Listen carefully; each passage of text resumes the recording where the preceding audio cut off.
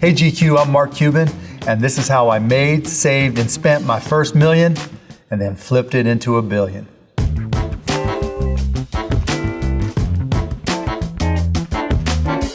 I grew up in Pittsburgh, Pennsylvania, just a middle-class kid. My dad did upholstery on cars. My mom did odd jobs. As long as I could remember, I was hustling. I remember going to my dad while he was playing poker with his buddies and saying, "Dad, I need some new sneakers." And he looked at me, looked at my feet, and he goes, "Those tennis shoes you got on, they work. When you have a job, you can buy whatever you want." And one of his buddies that had to be drunk was sitting at the poker table with him, and he goes, "Hey, I got something you can sell. I got all these boxes of garbage bags. Why don't you sell them in the neighborhood, and then you can take the money you make and buy your sneakers?" He had these boxes that he sold to me for $3. I sold them for $6, but it went like this. "Hi, my name is Mark. Do you use garbage bags? I've got a great deal for you, and every time you need garbage bags, all you ever have to do is call me, and I'll put them in the back of my wagon, and I'll bring them right down to your house." That was my first business, the world's first, probably only, garbage bag door-to-door subscription company. As I started to get older and got into high school in particular, I realized that high school wasn't my jam, that I wanted to learn as much as I could about business. I started taking classes at night at the University of Pittsburgh when I was 16. And then when I was 17, I dropped out of high school altogether and went to Pitt full time. That's where things really started to happen for me. I never ever thought in terms of money, okay, I need to make millions. I always thought in terms of time. Has always been my driving motivation. How can I control my own destiny? How can I control my own time?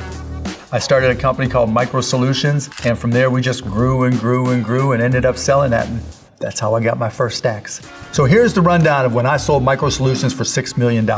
So $1 million went to employees, $2 million to a partner I brought in, $2 million to me. I live like a student, but the first thing I did was buy a lifetime pass on American Airlines, and I just went all around the world taking friends and partying like a rock star.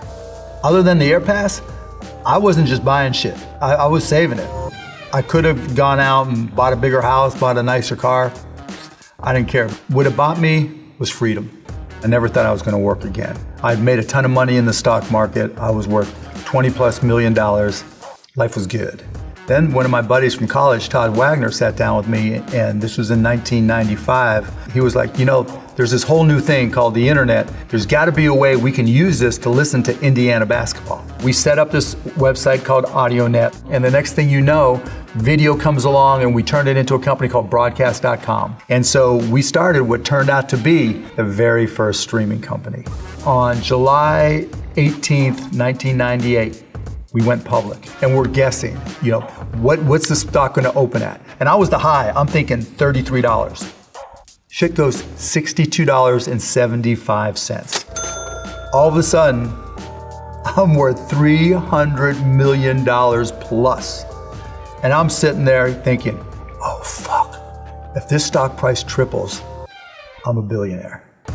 Well, we took that company and became the biggest media portal on the internet. And Yahoo came along and made us an offer. And all of a sudden, that stock price tripled, and I was a billionaire. We sold the company to Yahoo for stock. And I had seen stocks go up, and I had seen stocks go down. And I told Todd, my partner, I told everybody who worked for us, there's a good chance because this stock market is so highly priced that the whole thing could crash. Don't be greedy. Todd had the same, pigs get fat, hogs get slaughtered. Don't get slaughtered. So I put together what they call a collar. And what that is, I sold some of the upside to that Yahoo stock that they gave me, and I protected myself by buying puts on the downside. 3 months later, the internet stock market cratered. It was called one of the top 10 Wall Street trades of all time. And it taught me a hell of a lesson. When you just chase dollars, it never works out well. I was worth $1 billion motherfucking dollars, and it was the most insane thing that I could ever come to realize. All I had to do was protect it and not get greedy, and I'd be set for the rest of my life. We talked about how I made and saved some money. We don't quite have $1 billion here, but let me tell you how I spent it.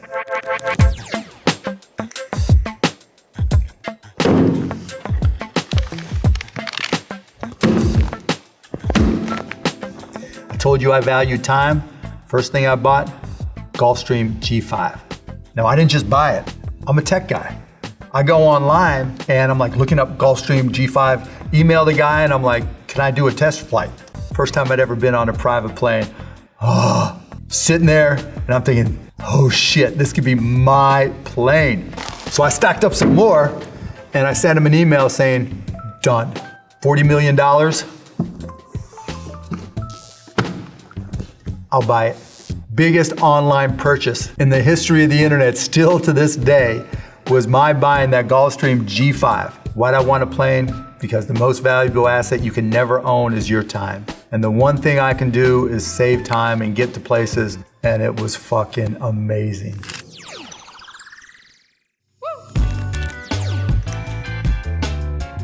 Second purchase, I paid $285 million for the Dallas Mavericks. I went to an opening night of the 99-2000 season. First game of the year. Wasn't sold out. Energy wasn't in the building. I'm a season ticket holder, a huge Mavs fan. I look around thinking, I can do a better job than this. Then I realized I can put my money where my mouth is. This was early November. By January 4th, I owned the Dallas Mavericks. So when I took over the Mavs, I didn't get a big office. I didn't give a shit about an office. I didn't get a big desk. I didn't give a shit about a big desk. We had a sales bullpen. We called it the fishbowl because it was in an open office with all these windows. And we had 8, 9, whatever salesperson. I put my desk right in the middle of them. I put a phone book and a computer printout of all of our former customers. And right there next to them, I just started dialing, trying to sell the Mavericks. Ma'am, I know you've been to a Mavericks game before, but you realize now that it's less expensive to come to a Mavericks game than to take your family to McDonald's? Our tickets started at $8 and McDonald's and a Coke is more than that. Why don't you come and try us out? The first game's free on me. I wanted everybody that worked with me to see that if I asked them to do it, I'll do it. Same thing I did with people in the front office, I did with players on the court. We moved into a new arena, American Airlines Center. I wanted them to, when they go to work, feel good about going to work. We put in PlayStations, we put in TV screens. Now to this day, we upgraded it so that we had aroma, because different aromas impact you more before a game when you're trying to get hyped versus after the game. Light impacts you more. All these things that try to give our players an edge to help us win, but to also help them succeed. If you're running a company, and if you can align your interests with those of the people you work with, things are going to work for you. And you know what's really cool about owning a team? It's not so much owning the team, there's little perks. Let's just say that you're down 1. There's 3 seconds to go in the game. Your team takes the shot for the chance to win. The ball's in the air. Everybody is holding their breath. And when that ball goes through the hoop, you see the players go running out and dogpiling on top of each other, screaming and yelling and hugging, and you see this big pile of people. Well, I own the team. I get to run out with them. No one's going to arrest me. It's my team, and that is the most amazing part of owning the team. There's not enough stacks in the universe for what that was worth to me, and that was my second big purchase. Third big purchase,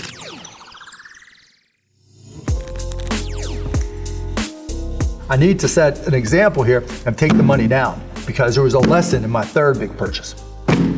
So one day, one of my partners from Micro Solutions, Martin Woodall, comes up to me and he goes, there's this amazing house that's about to go into foreclosure. The guy who owned it spent 3 years building it. This is their dream house. He and his wife and his whole family spent $25 million building this house. Only lived there 8 months, and then the stock market crashed. And he had never sold a share of stock. And because of that, he had to get rid of his house. Martin called me and said, you can buy it right now, but you have to let me know today, yes or no, $12.5 million. I'd never seen the house. I saw some pictures, had never been there. I was like, fuck yeah, I'm a billionaire. That was my one, why the fuck not purchase.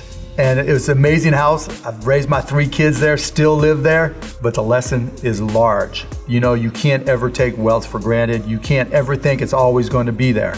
If it's not, you're going to get busted.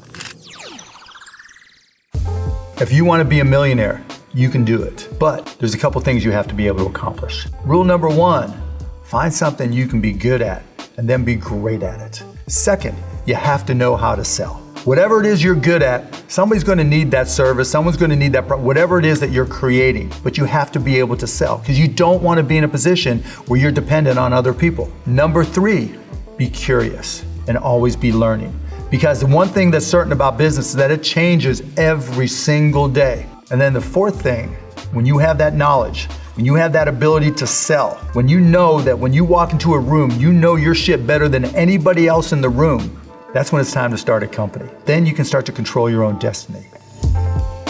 Thanks everybody in GQ land for tuning in to see how I earned, saved, and spent my first million and then turned it into $1 billion. I'm gonna see you at the home games.